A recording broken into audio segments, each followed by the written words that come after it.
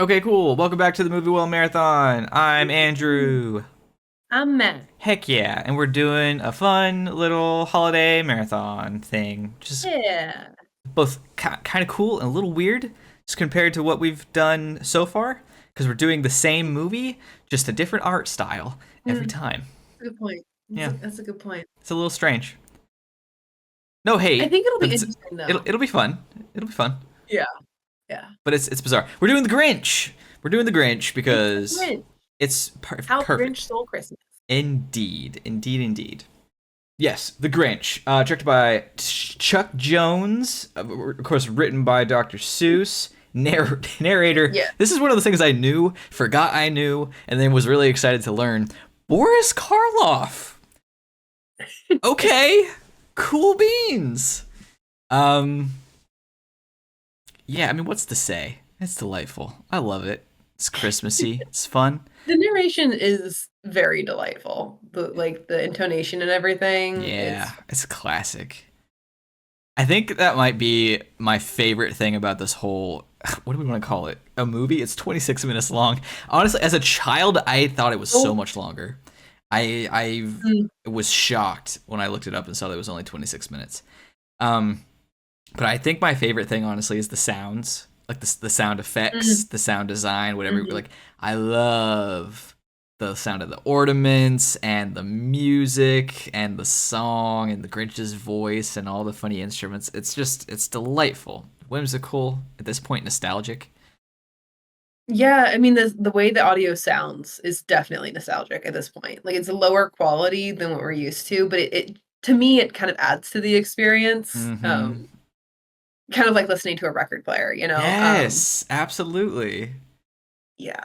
And I feel like story the story rotates around sound a little bit. Mm-hmm. Like, it's the singing the Grinch can't stand, and all the noises from the gifts, right? They're kind of like a one of the main motivations to try and get rid of Christmas, and then at the end, it's the singing that persists that sort of, Yes. like, warms his heart, I guess it's interesting to note that so much of this is about sound, about Mm-hmm. the way that the poem rhymes and has rhythm with itself, and about the way that the characters respond to sound. I mean, even, like, Cindy Lou Who wakes up because she hears the Grinch, right? Like God damn. Okay. Thank you for taking my little thing and just doing a full blown home run with it with the analyzing. Fantastic. 10 out of yeah, 10.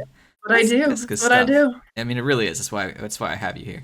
But I had not thought about it to that extent, but it's absolutely true. It's Yeah. kind of like the visuals are good and the story is fun, but I Mhm, do think a great deal mhm. of this is relying on sound in a way that I had not thought about before. So cool beans.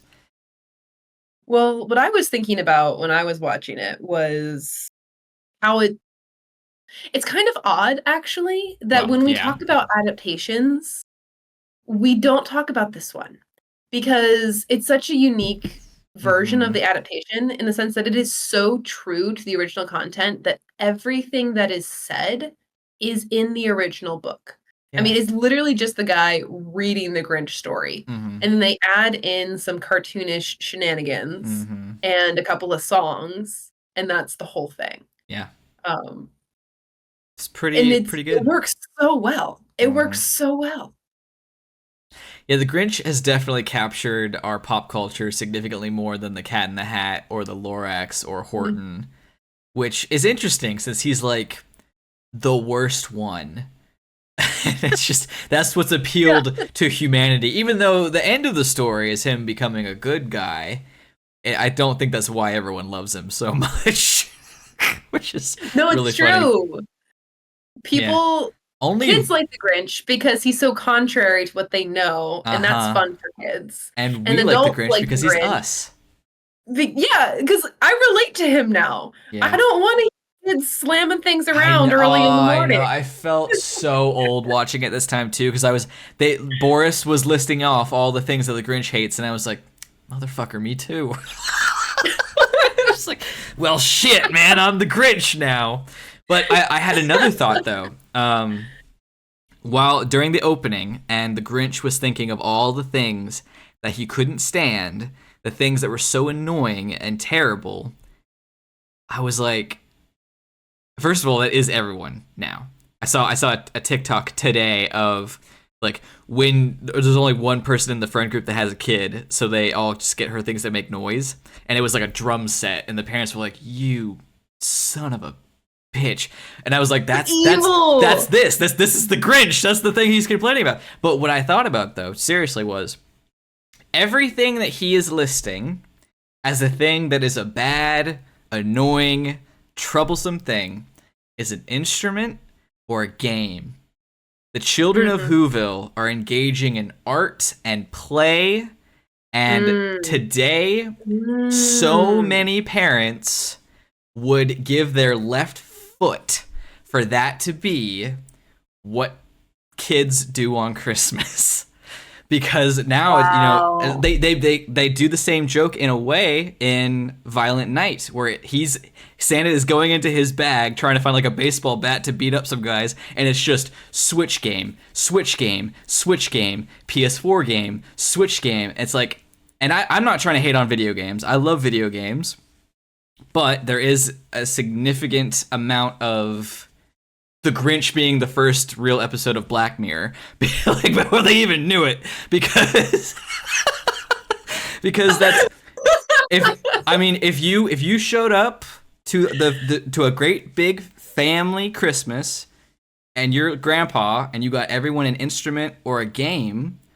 Now, assuming you have good kids, they'd say thank you and all that, but like, I mean, kids don't play They instruments the sit on their same way. phones for the rest of the time. Right. And I honestly, this 26-minute 1966 animated movie based on a Dr. Seuss poem, I was like really thinking about it. And I was like, damn, we don't have This Christmases is like like this the anymore. third revelation we're having I in like 10 know! minutes. This is wild. But like I was really, truly thinking about that. And I was like, Grinch, I, you might need to take a step back because you're gonna be begging for this in the next few decades.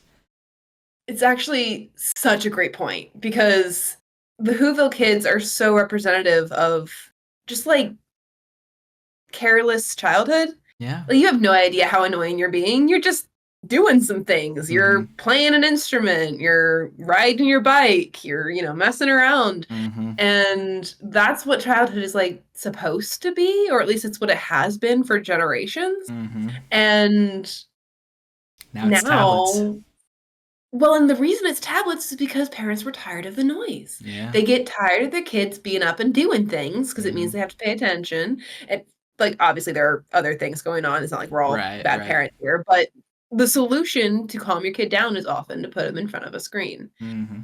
And now that's all it is. Mm-hmm. Like that's all the kids are doing. It's interesting.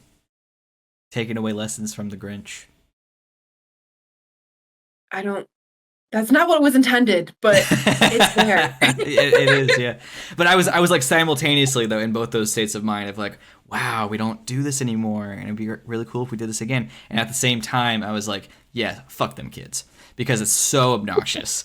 I'm totally with the Grinch.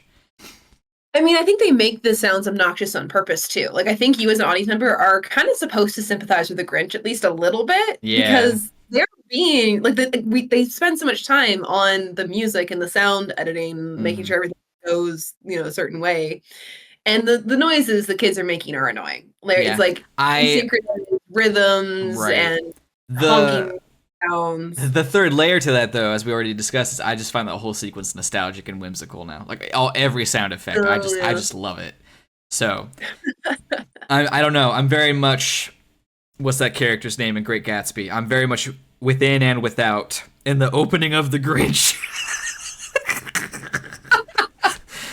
Whoo! All right. What is with the Grinch? I don't know, man. I don't know. I don't know. Anyway, Anyway, yeah. So the Grinch, I love his evil face that he does when he comes up with his idea. yeah, his Um, hair curly. I honestly love it. It's so much fun, and I feel like I do that face now when I get really devious, and I own it. Um, Mhm. I was thinking about while watching this how I had read the IMDb trivia for this one because I knew this was going to be a shorter one, and I try not to do that too often because that's what Mr. Sunday does, and I don't want to rip that off and all. But I wanted to read up on this one, and one of the things that Dr. Seuss didn't like about this was he felt that it made the Grinch too scary, I think it said. But I honestly find the Grinch in the book way scarier. Because it's like black and white with pink eyes. Mhm. He's way spookier, I think, in the book. But he's pretty spooky in this as well. And I couldn't help but think, right, like I know where this is going, I've seen it, but I was thinking like, I must find a way to stop Christmas from coming. I'll kill Santa. He's like, I wouldn't put it past him. I was looking at his eyes, his malicious, violent face, and I was like, he'll do it. And I'd watch it. I mean, there's a part of me that wonders if the Grinch was a part of the inspiration for Nightmare Before Christmas. Ooh, Because interesting. of the whole like putting on the Santa, having the whole Mm, Santa imposter come and ruin Christmas, right? mm-hmm. Obviously the take is different in Nightmare, but there's a lot of sort of like characteristic similarities there with like the trickster character that goes and pretends to be Santa. Um, I think it's interesting, kind of book to short or special cartoon change to make the Grinch green Mm-hmm. because I don't think it's indicated at all in the book that he has a different skin tone than the rest of the I'm Who's. not It's all sure. black Like, and white. the one I had was definitely black and white. I don't know if there's a green version. I don't want to speak Mhm. for Mr. Seuss or not. So I don't. Yeah, assuming it's not like in any book, it was an interesting choice. It Yeah. was a visually striking one, and I mean I like it, but it was interesting. I think it works, but it made me start to think about not to go big picture all of a sudden again, but it's there. It made me think about how the color green, in particular green skin, is used as sort of shortcut in stories for like an outsider. I Hmm. mean, obviously we have like witches, right? And right now, Wicked's recently come out, so thinking about Alpha as well, and that's used Hmm. differently than it is in the original Wizard of Oz. Aha. But then there's Yes. also characters like Shrek, who Hmm. is intentionally an outsider, and he Right. has green skin, and it's Hmm. like, green skin did not have to be green. We could do the same thing with the color blue, Hmm. but for some reason, green is like this consistent I'm color that I'm indicates an outsider. I'm getting big with it. Like you said, I think it's because I would be willing to put money on it that it's because of the witch, and it probably Mhm. came more from the witch maybe being connected to nature, whether they thought that was a good thing or a bad thing, and having like plant Mhm. growth over her, and so it made her look green. It made her, or because she was dead, like a zombie kind Mhm. of thing. She was close to death or close to the devil, whatever, and so it made the screen green. And by extension, that carried over to the Grinch slash Shrek slash Hulk and all that. Because many of these characters, like, well, at least for the Hulk, he's green by accident. And then Right. I don't know exactly how it went with Frankenstein, but originally, he wasn't green; it was black and white. They didn't Yeah, do anything no. with that. So Well, in the book, he's, like, just pale. He's not an unnatural color at all. exactly. So I think I'd be willing to bet a lot of this comes from witches and like the Wicked Witch of the West, and that comes from some sort of cultural thing. But I would imagine it comes from originally nature and being separate because you have your maybe witches, your Shrek, your Swamp Thing, and like a lot of these are green because they are outsiders slash they are a part of something else. They're a part of the earth, a part of nature. I don't know how that can really be applied to I the think Grinch exactly, but I thought with the Grinch in well particular, it was more a state of envy. And we see that more explored in the mm, live action one, which I think we'll talk about maybe a little bit later. But he mm. wants to be a part of it. He wants to be a part of the society, the culture, and he doesn't have it. Like there's green with Actually, envy. I like that a lot, the envy thing, because like, envy's the green-eyed monster, right? That's old. We have that in Mm-hmm. our language before cinema, essentially. Um, but I was thinking about this, and I was actually, again, because Wicked's come out recently, there's a bunch of people talking about the original Wizard of Oz movie, Yes. and they were talking about the paint they used on both the witch and the Tin Man. Mm-hmm. And Oh, someone not a encapsulated short this. story. Yeah. Yeah, someone encapsulated it like the reason they don't like the Wizard of Oz movie is because it's the pinnacle example of What like not to do. art through pain. Like you can only achieve this art through a ton of cost, and Uh-huh. they don't like that. Great point. What I'm trying to say is they used these colors because they really wanted the Technicolor to pop. And if we're thinking about the color that would contrast the most with a yellow brick road, ruby slippers, blue dress, pink Glenda aesthetics, green is kind of like the only one you have left, unless you're going to full on make her red and make her a devil. Mm-hmm. Um, and the green might have a connection to the envy element, but really it might just be as simple as the Wicked Witch of the West needed to be green for Technicolor purposes to make the movie pop more. And now she's like this pinnacle example, this archetype of an outsider. And now all of our characters kind of subconsciously have that. Because in my mind, I think the reason the Grinch is green is to set him out from the landscape and to set him out from the Whovilles. Yeah. That is fantastic. So yeah. You want to know why And, you're yeah. wrong? Dang it. Why am I wrong? I just checked it. It's apparently it's because what's Chuck made him green because it was the color of the rental car he had at the time. I reject that. I reject that strongly. I reject your reality and substitute my own. Bonus points for anyone who gets that reference. I think we've done really well, honestly, analyzing that. I don't give a shit why the author made the curtains blue. We found real contextual reasons as to why the curtains were blue. Well, and like maybe Chuck just didn't analyze his thought process fully. You know, like Yeah, he's seen maybe. the witch, he's seen the Wizard of Oz, he's seen the witch. There is another intentional color choice though in this. The Grinch has red eyes throughout and then when his heart grows and all that, before his heart grows, his eyes immediately turn blue because he becomes a good guy in the end. Just lovely and delightful and fun. I also thought it is, but I do think there is a bit of discourse to be had about blue eyes being a symbol of goodness. Oh, I think absolutely, but you know it's the '60s and it's Dr. Seuss, so let's take what we can get. The only thing I think that kind of helps with that is that you don't really get red eyes. Very rarely do you get red eyes. Agreed. So I think it's more of a color theory thing than it is because we already used yellow for the base of his eye, and we're already using green, so work with the primary colors here. But yeah, I would have thought for the Grinch you go green because he wears red. And if you had said that in your analysis just a minute ago, I'm sorry if I missed it because while I was googling that, like Christmas colors. I didn't say that, but it's right there. You know. We managed to already talk for 20 minutes about this, and I didn't think we were going to get through it. I didn't think it was going to be that long, but we found some fun things to discuss already. Quick shout out. We haven't even talked about the music yet. The music. I love the song. So You want to take a wild, ridiculous guess as to who sings that? No.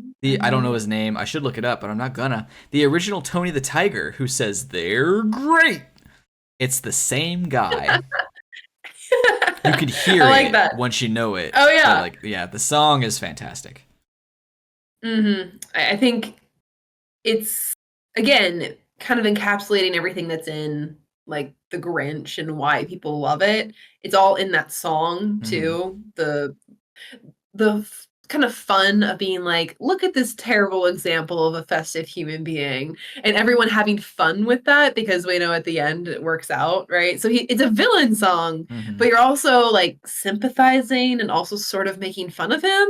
So it works on a lot of layers, and it's also just like a great jazzy song. Yes, I mean it's a classic Christmas song at this point. But I honestly, having this bigger picture perspective on it now, I don't know. I don't think the Grinch lives up to the song. I just don't. Oh, really? No, not at all. And I think they have a little more fun with it in the live action one. Well, at the same time, though, every one of these movies that we'll talk about, the Grinch is just a misunderstood, lonely person who just needs to just needs some companionship. Like the Grinch, I think of these three, and we'll reflect later. The Grinch in this one is the worst one. He's like the most aggressive, Mhm. the most hateful. I don't remember the computer animated one as much, but I remember the trailers. And, it was after they did the Minions, so it's not like they were going full evil with that one. Mhm. This one is a specifically, I think, 54-year-old Grinch who is just a heartless bastard. But as soon as Cindy Lou Who shows up, like immediately, he's like, "Oh no, what do I do?" And it's not just that he doesn't want to get caught, because again, if you didn't want to get caught, you smack the kid or steal her too. Like he doesn't do that. Gives her a drink of Right. water, makes her feel better, and sends her on her way. And like he's like they're not awful, terrible, seasick crocodile, not touch you with a 10-foot pole. I want a Grinch movie where he is that.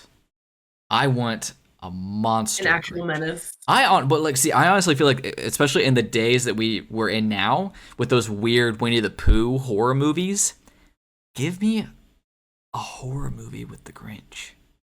Because I think the idea of the Grinch breaking into homes and stealing Christmas with the long fuzzy fingers and glowing yellow eyes, terrifying, brilliantly, beautifully terrifying. They've never done it.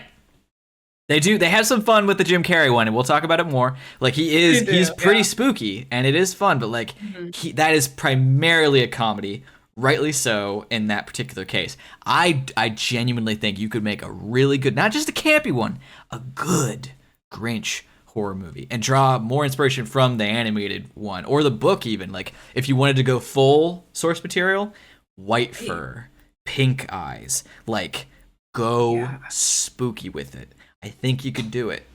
I just don't. I don't know if anyone will do it, but I think you could do it. It's interesting. I think the story of the Grinch really does hinge on that sort of social outcast element. I think what you were saying about the animated Grinch, like this original one being quote unquote the worst and isn't like the worst morally, I think Mm, that does kind of stand because the other adaptations are longer. And so they spend more time establishing yeah. the scars that the Grinch Mm-hmm. has, right? Mm-hmm. The tragic Um, backstory. yeah, so even though the Grinch in the live action probably takes more negative action than the Grinch in this one does. This one gets angry that kids are making noise and that people are singing and decides to steal all of Christmas immediately. Uh huh. So there's an escalation there that doesn't need to be Yeah. there. It's like we skipped some steps here, man. Like I Yeah. mean, you ever think about headphones, like Yeah, earplugs? exactly. Put a door in the front of your cave and we Mm-hmm. might be fine. Right. Um, but I think it is also the one that kind of like maybe cuts to the moral of Christmas specifically a little bit more directly because of these events. He like the issue of the Grinch is that the Grinch gets annoyed with the more commercial aspects of Christmas, like the Mm-hmm. gift giving and the meals and all the noise that happens as a result of those things. And then he also says that he hates the singing part, and that gets a little bit more to the emotional side of things. Mm-hmm. But it's when he hears this singing again, in spite of all the other things being gone, that's when he's touched and he's like, it's still Christmas, even if they don't get what they want. Mm-hmm. And so he has like the story highlights that the most. Whereas in the other ones, it gets a little bit more tied up. And again, we'll talk about this, but in the other ones, it gets a little bit more tied up in the interpersonal aspects of things. Like he has more of a relationship with the characters. And so it's more about doing it for them rather than just like responding to the idea of Christmas being so moving that his heart grows 3 times. Mm-hmm. Uh, is it three? That's Yeah. not the right number. Three Oh, it is. times. Mm-hmm. 3 times. So, I don't know, I think I like that aspect of the original, even if it is very simple and doesn't make as much, like, interpersonal sense or maybe That's all right. We psychological also sense. you can't ask too much of the 26-minute animated short, essentially. It's But a cute little poem, like, yeah. it's like a kid's book and then got Mhm. animated.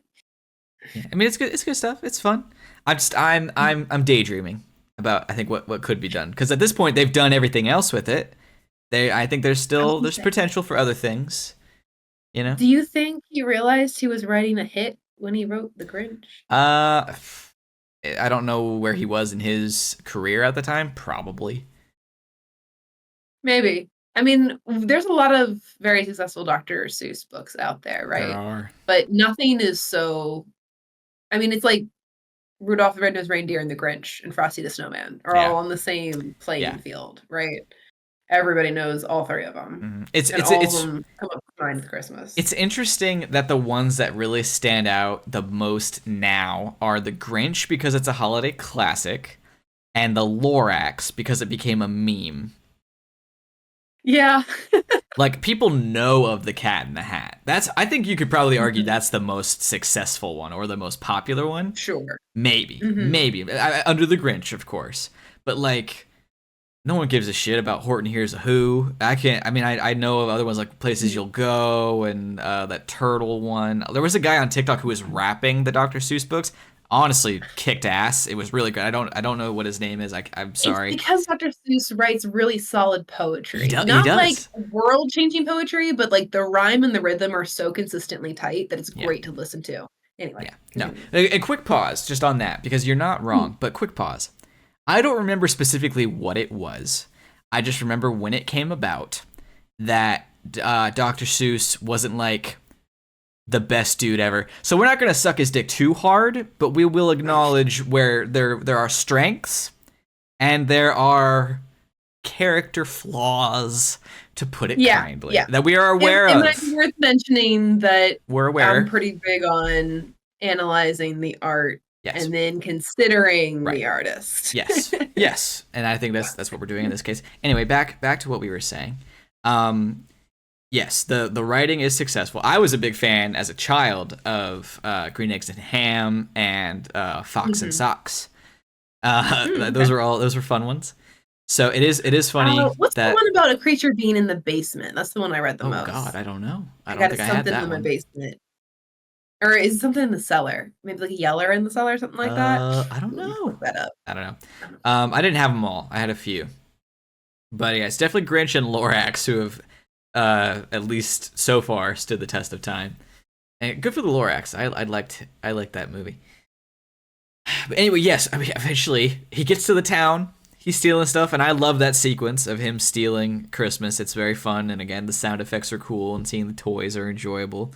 Um, a quick shout out to Max. He's doing the real work. Poor little guy.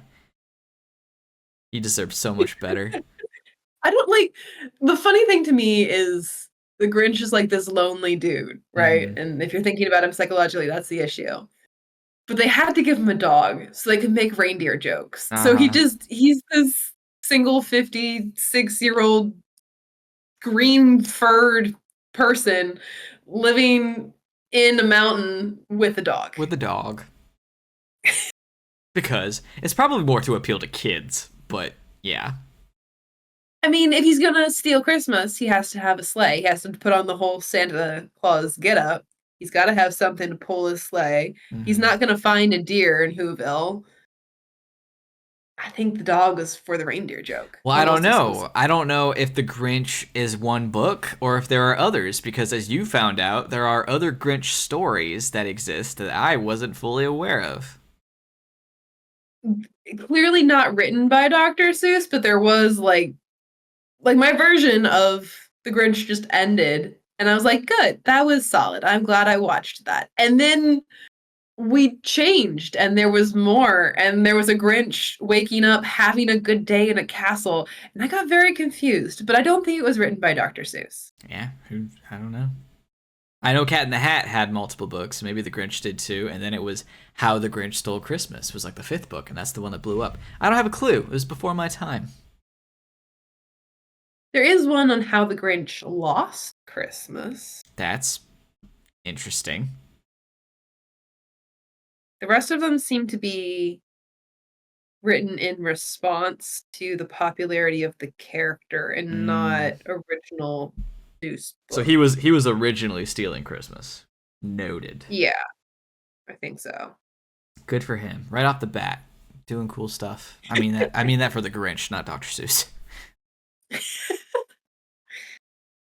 Yeah. Yeah, and then Iconic character.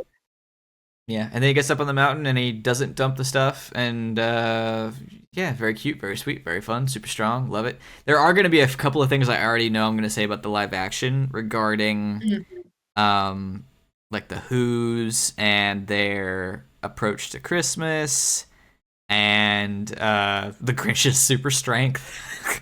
um Yeah. but I don't really know necessarily yet if it's in like a bad way or a good way. This is one of those ones, this animated one specifically. This one, it seems Rotten Tomatoes has the kind of score that you'd expect it to have, but Okay. it's one of those things that indicates to me, we've talked about this before, where why wouldn't some other projects have a similar score? So like, as far as I saw, it has 100% on Rotten Tomatoes. Rightly so. Okay. Why would you Sure. watch this and be a critic about it? You know, like it's fun. You're gonna be It, a I mean, it's Grinch about the Grinch, right, exactly. really? Like, is it generally good and it is a fun little cartoon? Yes, 100%. Thank you. There are other projects that we have watched where I just wonder why wouldn't you have the same approach to this? But I'm glad it does. Sure. But there are Kind some of like Night things. Museums.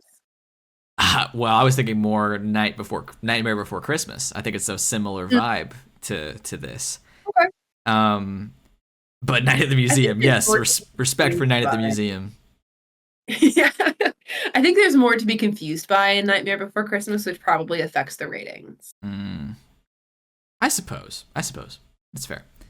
But there is maybe like if I were to, I don't know. I was just thinking of one thing that the animated one did that the live action either does better, or I don't really know if it matters because it's a cartoon. I like that eventually the live action one sets up that the Grinch is physically stronger, Hmm. because it's more of like this cool thing that builds. Whereas in this one, it's just, oh, by the way, he's now super strong. And I get it, it's a cartoon. It's fine. But I like Hmm. that the live action eventually will take the time to maybe play with that a little bit, which is kind of fun. It's a good point. It's a different approach to it. In the original, the idea that the strength is just there is directly related to the sense that he's changed, right? Mm-hmm. His heart grew, so he's actually stronger. It's all part of like the transformation into a better person. But that's very symbolic. Mm-hmm. Whereas in live action, you make things more literal or more realistic. And I think that angle is probably a good one. It was cool. I am excited to watch the live action one now and kind of like take a look at it and talk about it. Um, Mhm. I've had an interesting journey with that movie. Again, it'll be fun to get into. Okay. Um, Yeah, we can save that for that of movie, course, of but I course. want to hear about it. Yeah. But I don't know. You got anything else? I did see as well in the trivia that the song is loosely based on Latin sounding words to the point where people thought it was Latin, so they would ask for translations. It's not Latin. It's gibberish. Okay. Yeah. Oh, you mean the Whoville song? The Whoville Oh, song, not the no God, yes, the Whoville song. I was like, is there that many that made up? Are there that many made up words in the Grinch song? No, no, the No, Favu, no. Fares, Davu, Dares, Sahu whatever. Yeah, Dore. yeah, that one. Welcome Christmas here again. Yeah, Yeah, that one. That song. that's actually reasonable. I see why people would think that. You also mentioned, I'm completely off the rails now, that in one of the little shorts, the second Grinch story, the Cat in the Hat was in it. And that's also now got me thinking about the Dr. Seuss cinematic universe. And I want like a team up Yeah. with the Grinch, the Cat in the Hat, Horton, and the Lorax. Maybe with the Fox and Socks, or Sam I with the eggs. Mm, I don't know that we wanna put the live action Grinch and Oh, live action Cat in the no, Hat in the full, same full, room. full I don't reboot. know that they make it out alive. I don't know if the Well, universe survives that combination. I mean, it would be like the original Avengers with Captain America and Tony. They'd beat each other's throats until they realized they could get along. The Cat in the Hat has got Wait. like watered down Bugs Bunny vibes, and the Grinch is Oh no, When was okay. the last time you watched the live action Cat in the Hat I'm not movie? talking about the live action Cat in the Hat. I'm talking about the animated Okay, ones. I am I'm talking live specifically action Cat in the I'm Hat. specifically ignoring the live action Cat in the Hat because it's awful. Completely ignoring it. I'm going off of the source material, not Okay. not that abomination. In that case, things would be better. I mean, he's still Yes. a trickster character, so it Oh, would for still be sure. probably But he better. wasn't a fucking meth head or whatever that he was Dude, in the live action one. what did I they think they were making with that film? they were definitely running off of the success of the Grinch, and it didn't work. And I honestly feel like the Grinch didn't work either. But our generation has considered it a cult film for some reason. Agreed. Agreed. Um, that's part of my journey that we'll talk about later. I hated that movie, but we're at a different place now. But like, I mean, I don't want to ramble too much. Do you have anything else to add to this delightfully wonderful I holiday mean, classic that we got really, really artistic about the first 10 minutes of this and then completely went off the rails talking about everything else except the movie? on the original animated The Grinch, or How the Grinch Stole Christmas, I think we've said our piece.